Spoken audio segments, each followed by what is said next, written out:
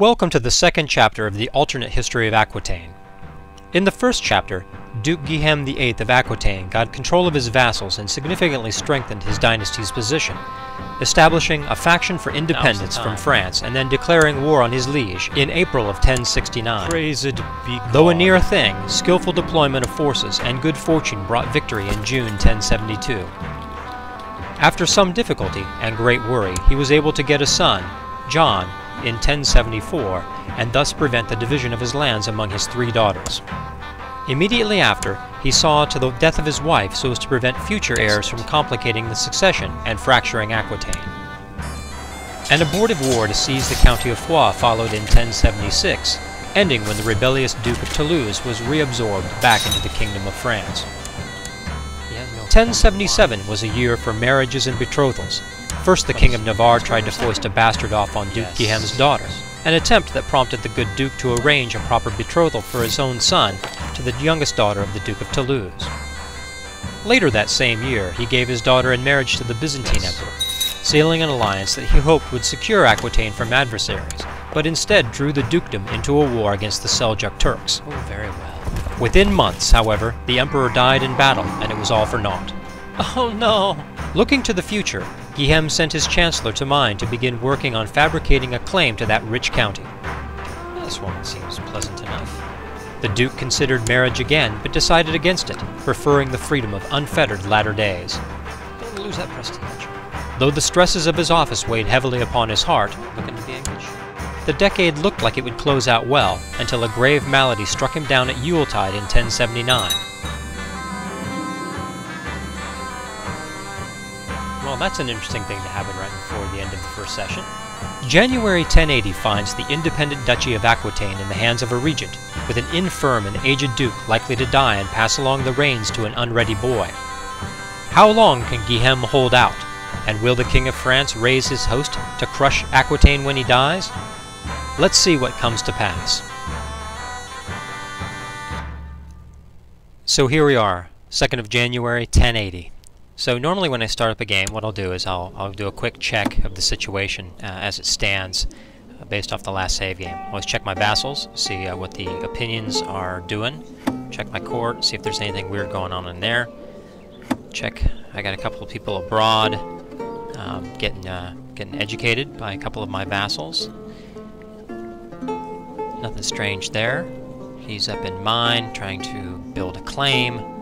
Currently in Bordeaux, researching military tech, researching economy tech, studying technology down here in Grenada, and currently in Bordeaux studying religious or cultural technology. Okay, so they're all doing what they need to do. The laws. Okay, I have some options here. It's a real temptation to go to primogeniture as soon as you can. Because it keeps your holdings together in one place. The downside is that the other children, the younger children who are not going to inherit, tend to dislike the older child. There tends to be a lot of assassination attempts and so on. A little more hatred in the kingdom, so to speak. Also, your vassals. They like gavel-kind succession. Gives them a +5 on their reaction to you. So it's really very much up to you what you want to do. I've played it both ways. I like gavel-kind because you get +30% to your domain size. Domain is critical. Also, gavel-kind forces you to make some interesting decisions, like the decision I made to assassinate my wife, about the old bon temps, because of the risk, even though she's 41, of kicking out some more heirs. You can play it your way. I'm, like I said, sorely tempted to go to primogeniture because it's very difficult to get, but I think I'm gonna bypass it right now. Technology, nothing interesting going on there. Army levies, okay, so sitting at able to raise nearly 3,000 soldiers right now. All of my vassals kicking out full complement of what they can give. I could raise some retinues. I think just the one right now.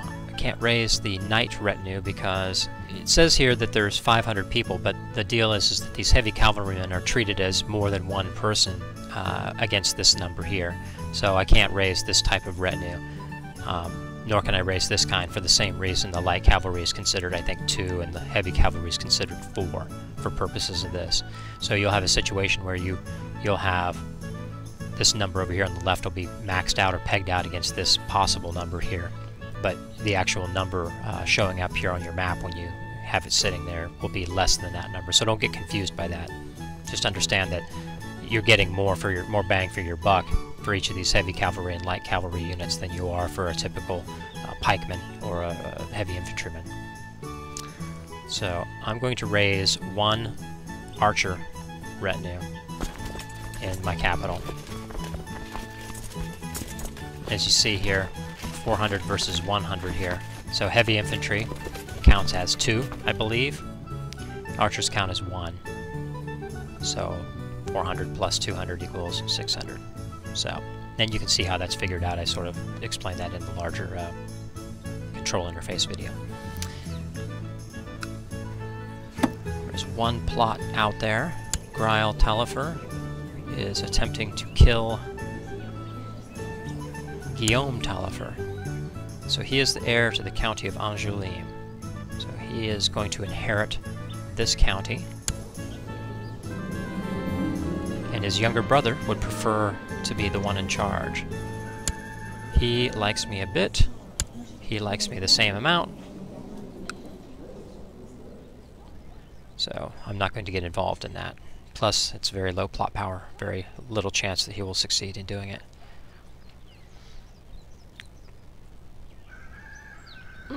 I will let him be a little rough with the peasants. Alright, let's speed this up a little bit.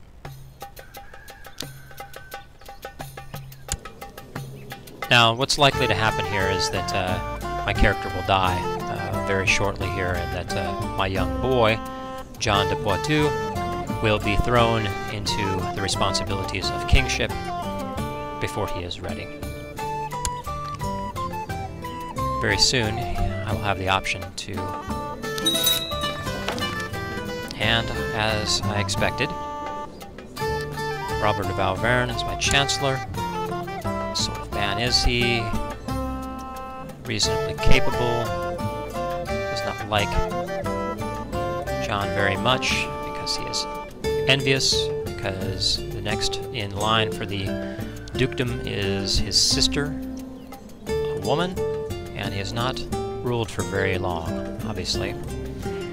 Also, he has the small feudal tax, so I may have to change some laws and do some things. Alright, so, as you can see up here, also my domain is too large, but I doubt that I will change it if I have any ability, because over time, John's stewardship score will rise, and this will go, this 3 will become, or actually this 2 on the right hand side will become a 3 once his stewardship comes up a bit.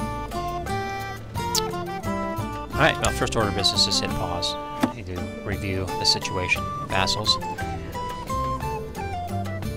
Okay, same as before, I'm going to mostly focus on those who are on the line.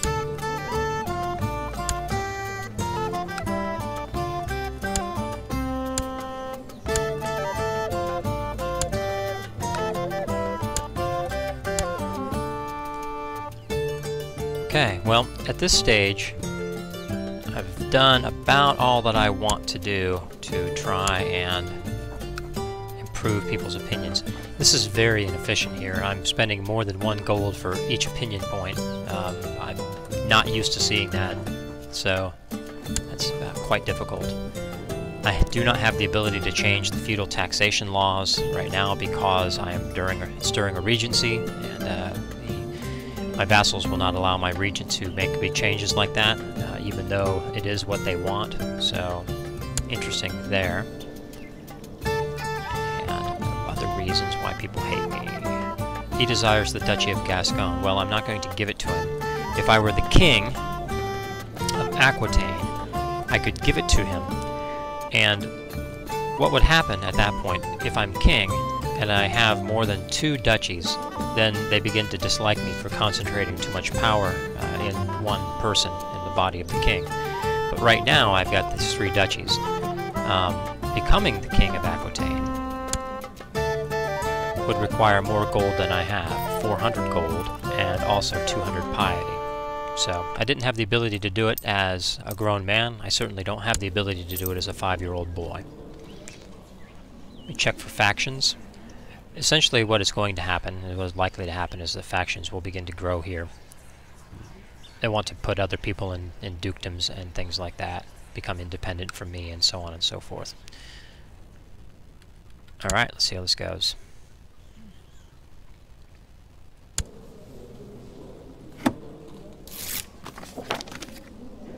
So, as we see here, Joan here has 11 stewardship, but there is a yet better man, Bernat, who's courtier in Aquitaine. So I will actually appoint him. I will tell him, let's give Raymond a chance, and that will put him off for a moment. And then when he comes back, he won't be able to say that he is, in fact, better. Let's do that with all of these men. Okay, he's the best. He's the best. And he's the best. Okay, good. The reason why you have to do it that way is because to deny them what their aspiration is makes them dislike you even more, which is a difficulty.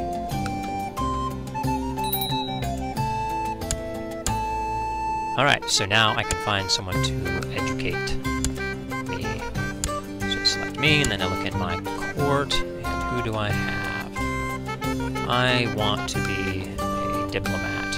Normally they default to that, so we see she is just, and brave, and gluttonous, gregarious, zealous, and a charismatic negotiator.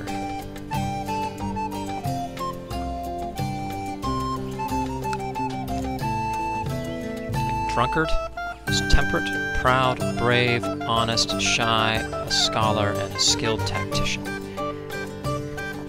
So, do I go the martial route?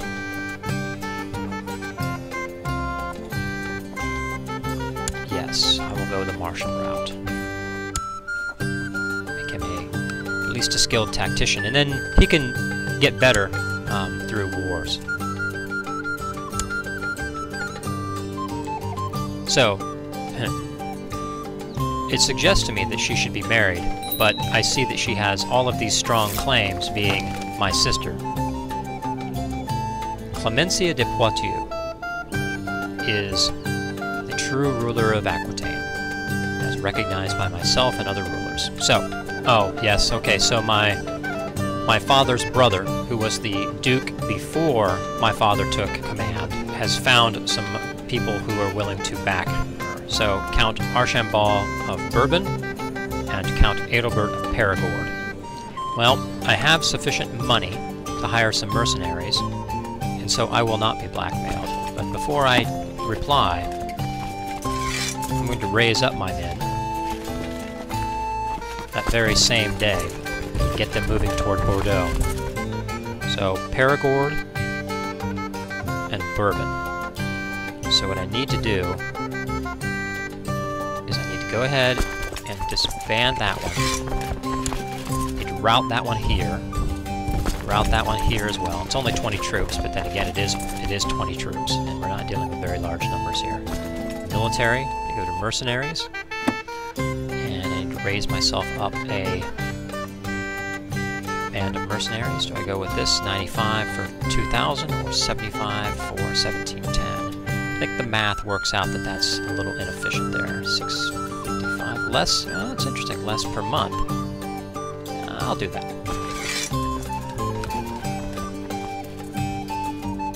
I will not be blackmailed.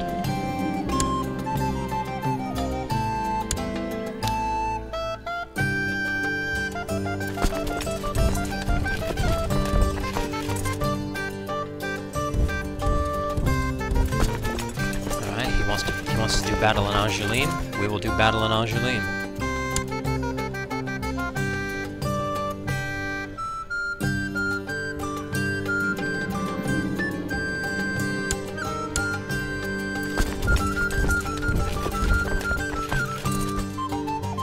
Alright, I believe that this will be well handled. I'm going to still have these men-at-arms come to here, because by the time they get there, they'll be much stronger.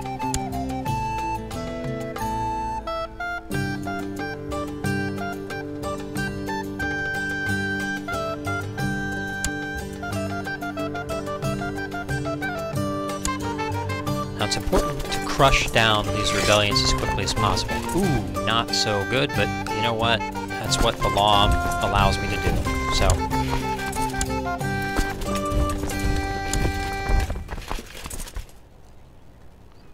I use the spacebar fairly liberally during wars because there's just too much tactical considerations, too many tactical considerations to. Good. I have a prisoner.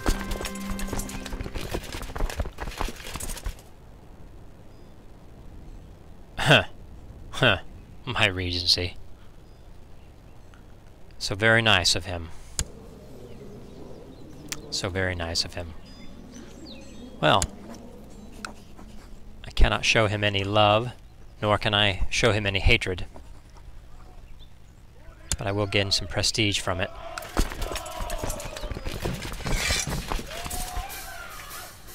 Now, I can assault this holding, and I will, because I want to end this war as quickly as I can.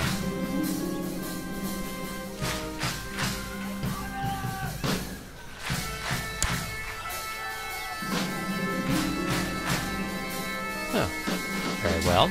Humble is not so terrible at all.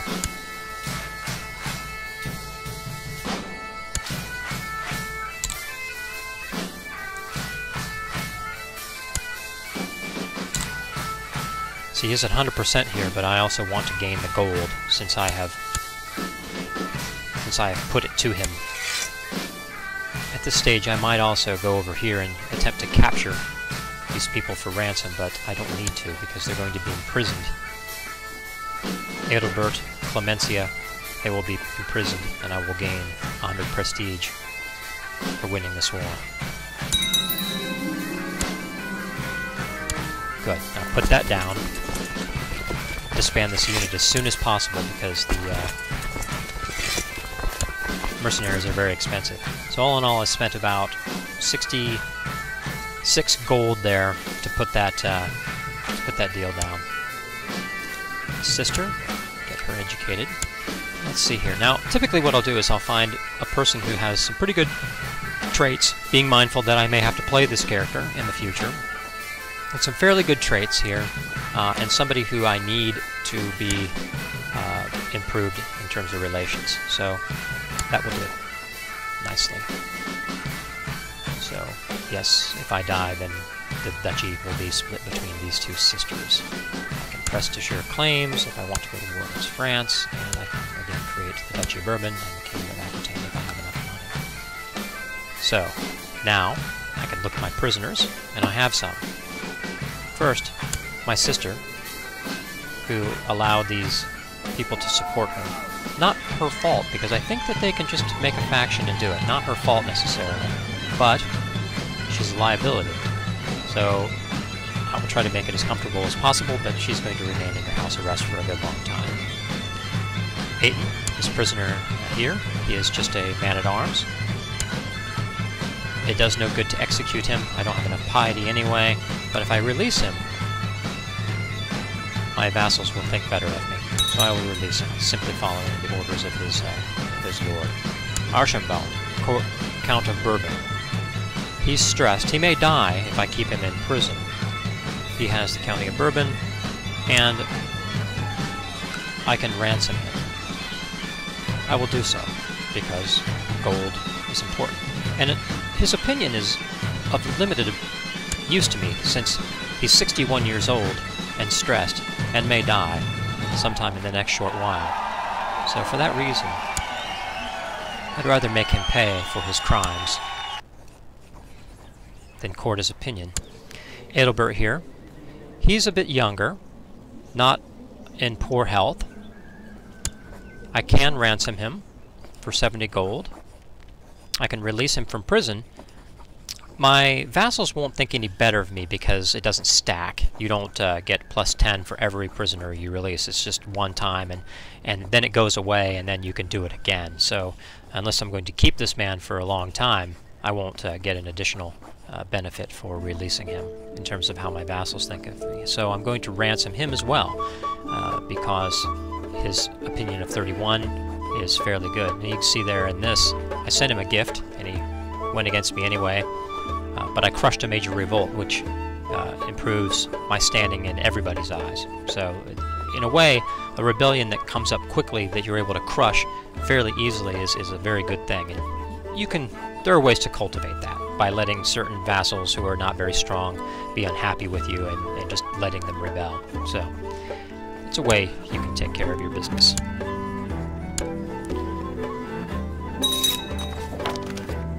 So I'm back to my... There you go. So out of the whole thing, I made about... I'm basically back to about where I was when I began my dukedom a short year ago. So let's bump this up again here. I will put her under house arrest. She may attempt to escape, but if she does, then I'll handle it and deal with it then. See how my vassals are doing.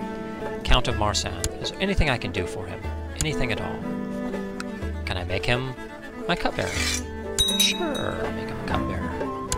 And the Count of Dax. Why so stressed, sir? Become the master of the hunt. Here, have this money. Now you'll feel better. Why are you unhappy with me?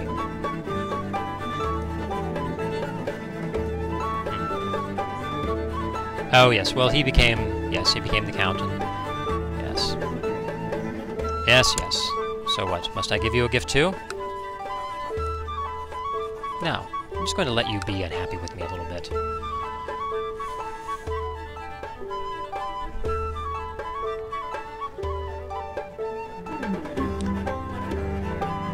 Because I'm a child, some options are not available to me. For example, I'll never be able to go on a grand hunt or hold a grand hunt, but I will be able to hold a feast, which I'll do as soon as I'm able to later this year.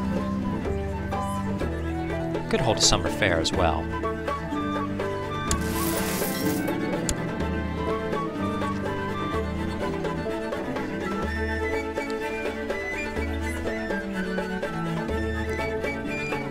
I could check up on various things, but that would simply be nerve-wracking and possibly distract me from other things.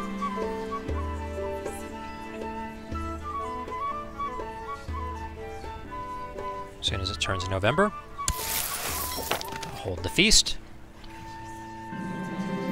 Fairly certain that that one count that is not happy with me will be the only one who doesn't attend. I will spend lavishly on food. I will make sure the entertainment is good and invite everybody.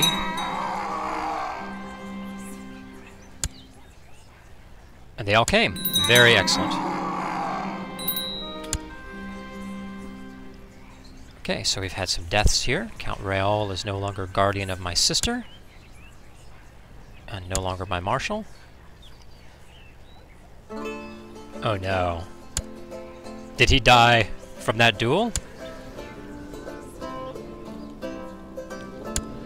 Well, in any case, I need a new marshal. So, do I make the Count of Bourbon my marshal with 13? Does not like me very much and may be... Do I make this drunkard?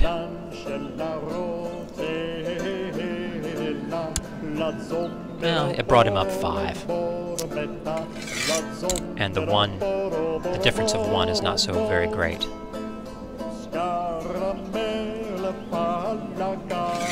Let's put him to work too, since he had not been. And let's get her a teacher. By rank, let's get the top ranking people up there. Count of Bourbon. Let's just do that. Just throw it out there. And away we go.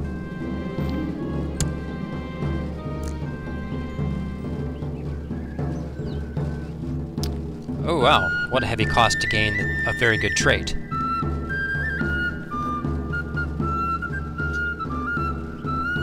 You know what? Law will prevail. Well, not everyone else had fun.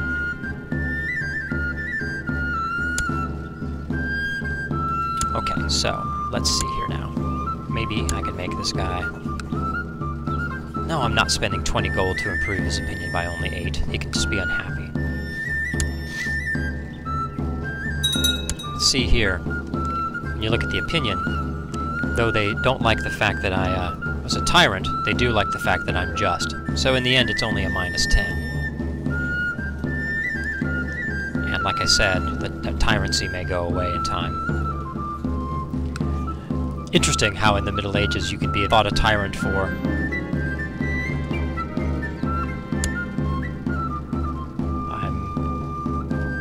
quite the angry little boy. That's fine, though. A little bit less of a diplomat, a little bit less of an intriguer, and a little bit more of a fighter. It's going down the road that I thought that I would.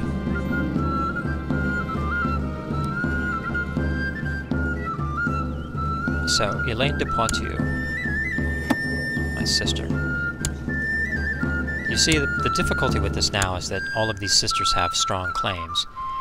I can marry them, and I should marry them off matrilineally to somebody, maybe even a title holder, maybe especially a title holder. But the difficulty is that it's very likely that they'll come after me for my titles. So when I do that, I want to be very careful about how I go about it.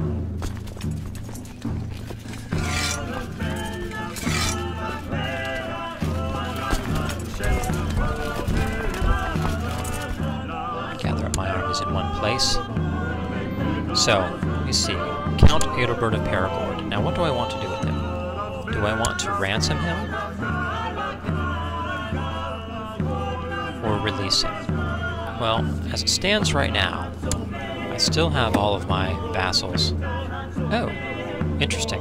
So my vassals do not still like me for the fact that I have released that last prisoner. So, rather than gold,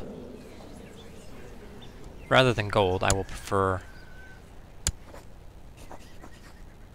to release him before bringing him back around and fairly radically changing the landscape as far as opinion. So I'll be merciful while he's waiting for his release. All right, so these two recreants are choosing to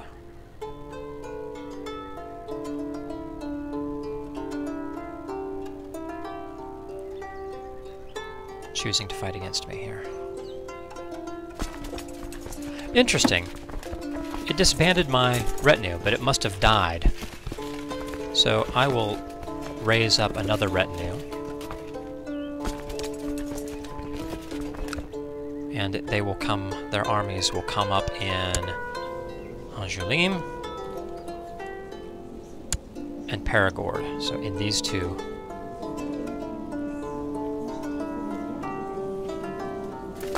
Route this way. He's going the right way. And I might as well disband that one, because what will happen is he will raise up his army here and crush it. So I might as well just put him back in their castle and let it do without them. I could raise them later when their army moves elsewhere.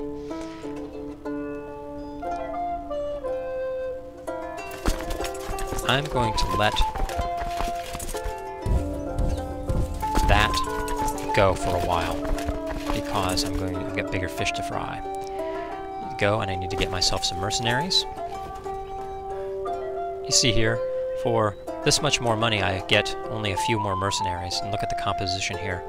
So, some cavalry, some light infantry, but not many more men. They might be better men, all in all, but I don't need that many men.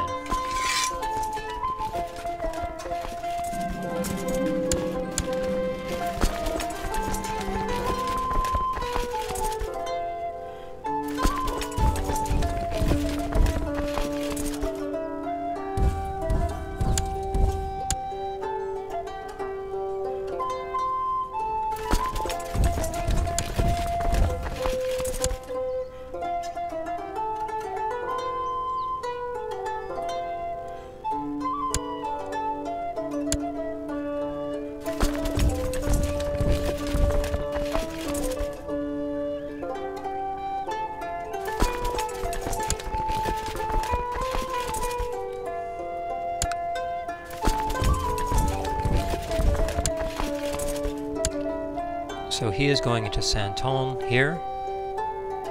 I will let him.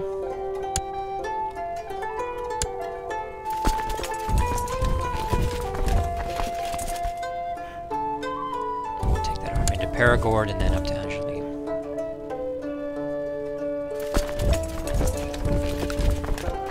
Join them together, and then begin assaulting his strongholds.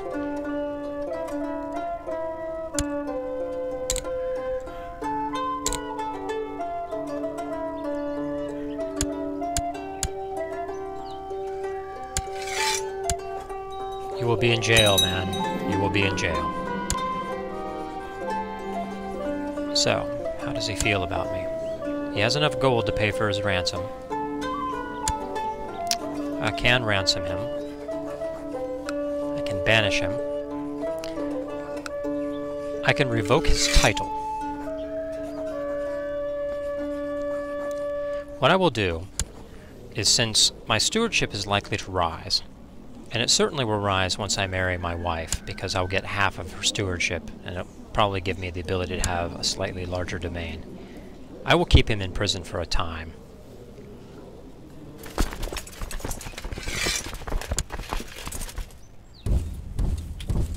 And then revoke his title once I have the ability to have a larger domain. Now, so I have some unfinished business as far as that is concerned.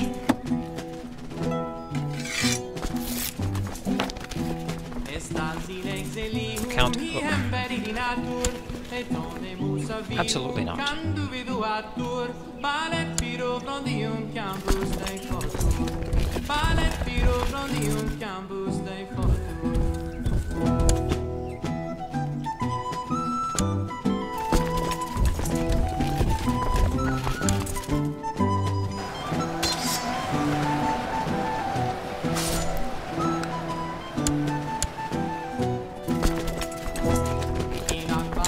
This rebel stronghold, crush it back down. No, because of why I said before.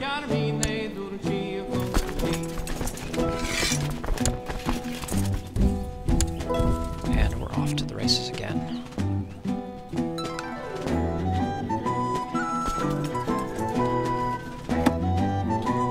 Well, I don't have the ability to raise another retinue, so I just have to leave that alone for now.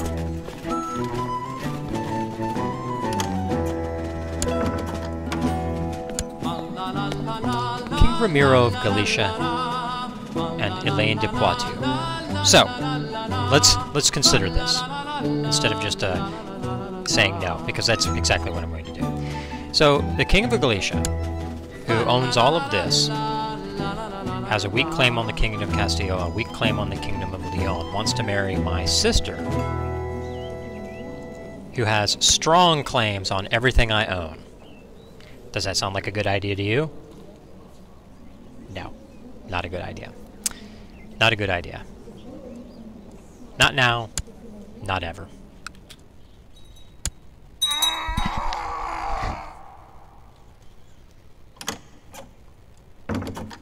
Oh, well, so my other sister, which is much the same situation. Oh, Clemency de Poitou. Clemency de Poitou. Do I play it hard, or do I play it very hard?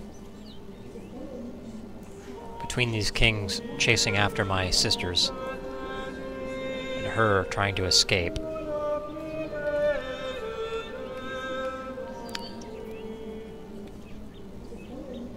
check her health. She's not particularly unhealthy. I think you could stand that.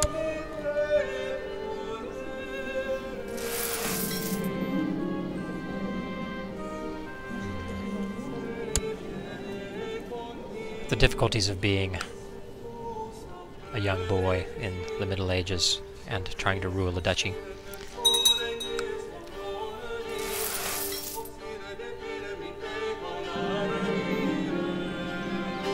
Charitable is good. Charitable is good.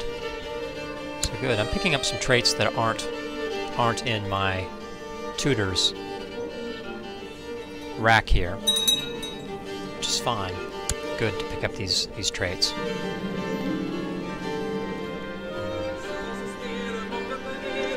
You'll just have to be angry with me for another couple of years. Why would I want to marry her off to somebody at all? Well, the reason is because I'm not playing a character. I'm not playing a kingdom. I'm playing the part of a dynasty. Now, the dynasty only continues on if there are people in the dynasty. So if I simply throw them in all of my sisters in the dungeon and kill them and basically never let them marry, that really does decrease the possibility that I have in the future of resisting some sort of misfortune that might happen to the primary line in my dynasty.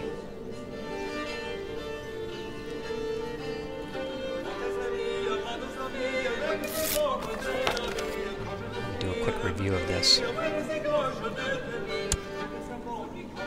Jalfut. I'm going to have to put my foot down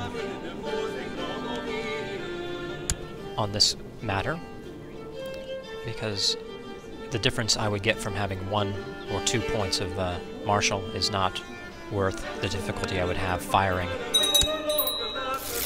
this guy. Ah, yes, my spy master has been captured. You've arrested him. Most unfortunate. Count Aner of Marsan. Well, what does Count Aner think of me? Oh, he's actually one of my...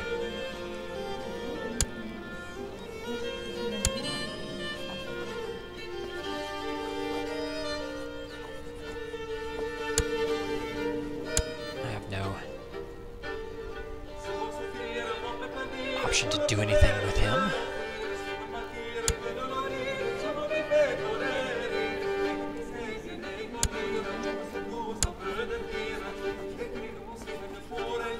Yes, well, I have no ability to get him out of jail. Well, he'll just have to stay there, and I'll need a new spy master.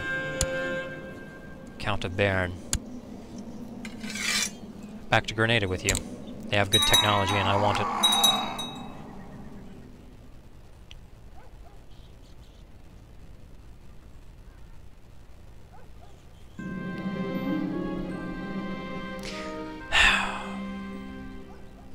Very disappointing.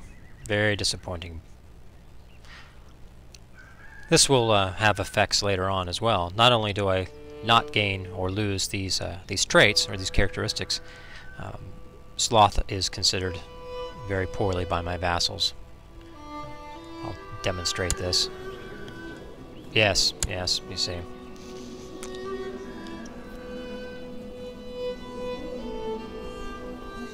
I might be able to kick it later on, but the best I'll ever be is to lose that rather than to become diligent, which is an extremely, extremely good trait.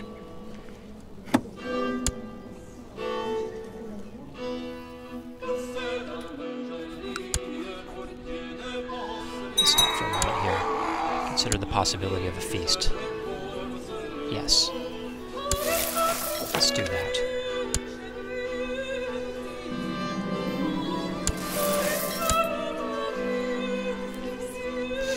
So you see I've got these troops here in the middle here. That's my retinue, just hanging out. A lot of drinking, a lot of puking, any fighting. That prisoner disappeared. Where did he go?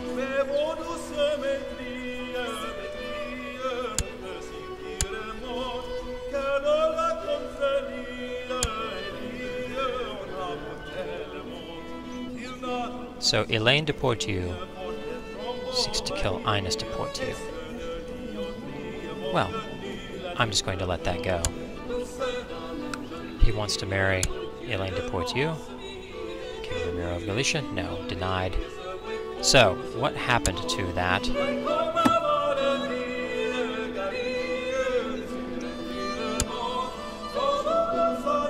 He died in prison.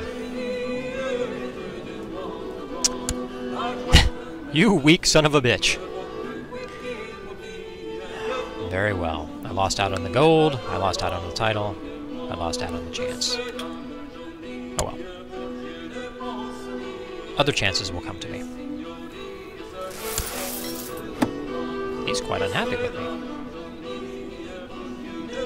Doesn't like me, thinks I'm a tyrant. fixing him. I'm a foreigner. I'm slothful. Slothful and angry.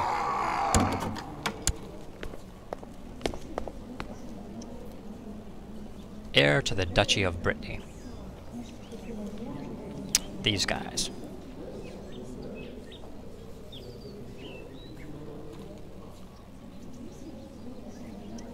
So what of him? Who is he? No. She's still young enough to have a son.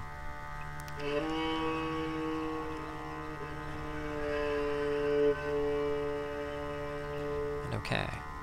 Interesting. So there's some consolidation of power going on over here. Some plots are coming ripe.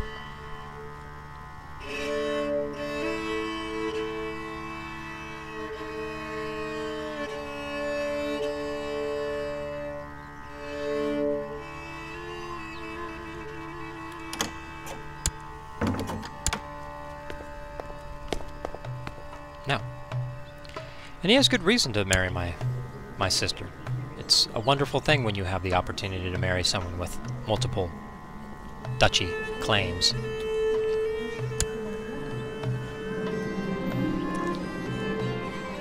So she became a tough soldier. You see, she has weak claims, which can be inherited by a successor, but they can only be pressed in certain cases. She would be able to press it, so I'm not going to allow her to marry either.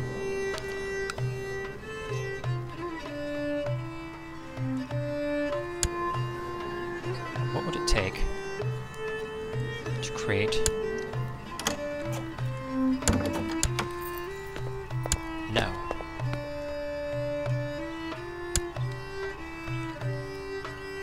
$372 gold and 200 piety. Alright. So to become the King of Aquitaine, I would need more piety.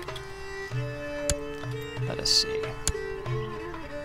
I'm making 4.6 gold.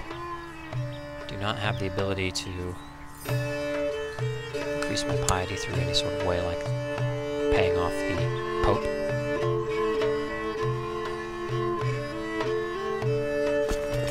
Do not have the ability to raise another retinue. I'll need another 159 men available to raise up 500 troops. Maybe even the light ones here. But, well, actually, maybe this one.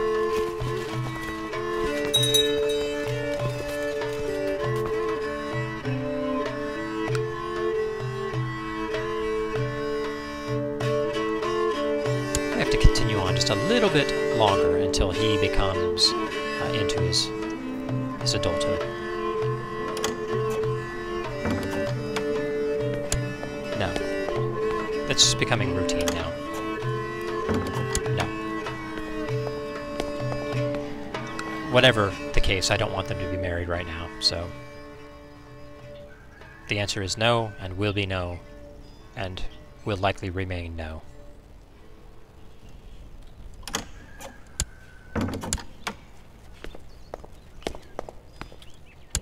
I can actually just leave those unanswered and they'll go away very quickly, so I think I'll start doing that. News from afar. Interesting.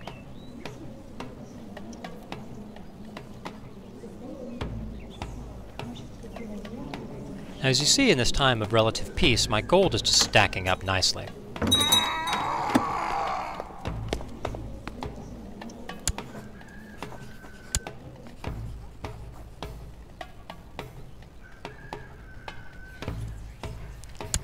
So, Pierre for Aquitaine.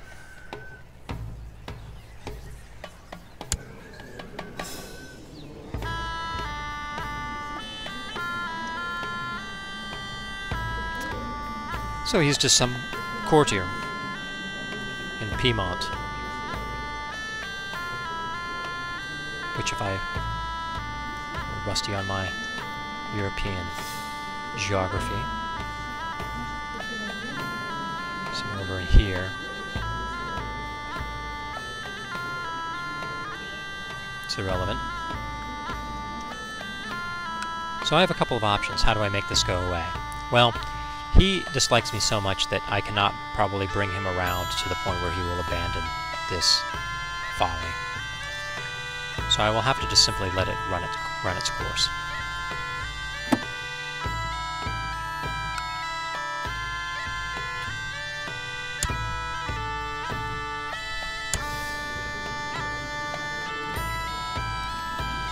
In a short while, I think I will be able to become the King of Aquitaine.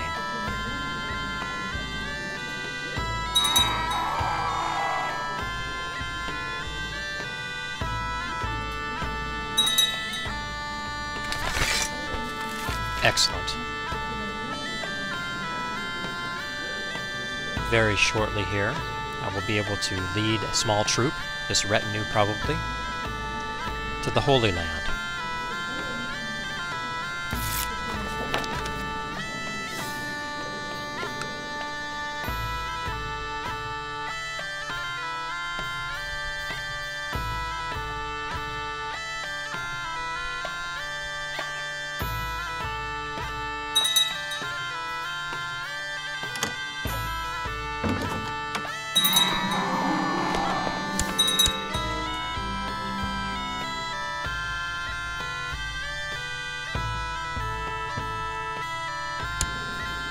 Let's see who we have here. 13, courtier, just a courtier, bishop. Well, the best man should have the job.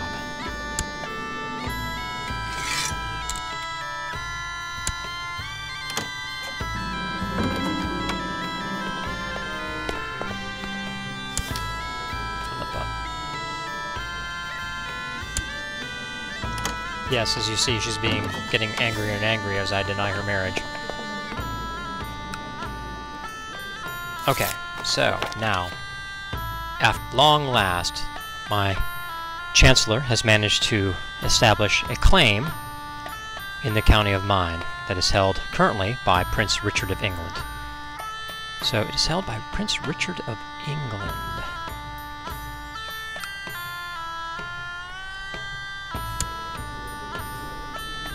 Okay, so it is part of France, held by Prince Richard of England, who has a strong claim on the Kingdom of England. Okay, so he's one of the sons. I will use it.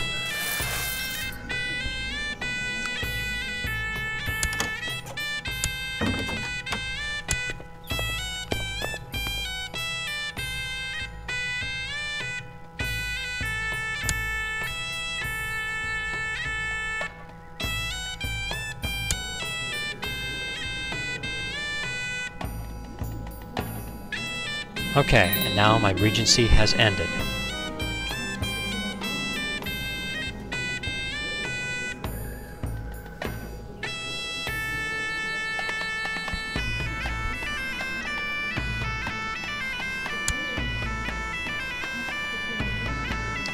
Became a flamboyant schemer.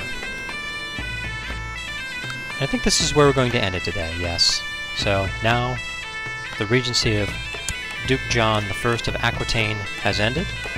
We're very closely to having the ability for him to call himself the King of Aquitaine. Very shortly he'll be able to marry Adela de Toulouse, who has strong claims on the Duchy of Toulouse here, and also the Duchy of Auvergne here. And I have the right to press a claim here.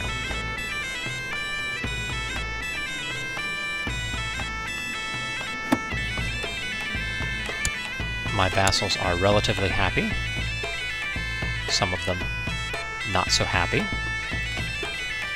but nothing that can't be fixed, and the possibility of war in the near future. Well, I hope you join me next time for the next 10 years of the alternate history of Aquitaine. I think it'll be an exciting time because I think we'll have some fighting and some good action going on. Thanks for watching, and I'll see you next time.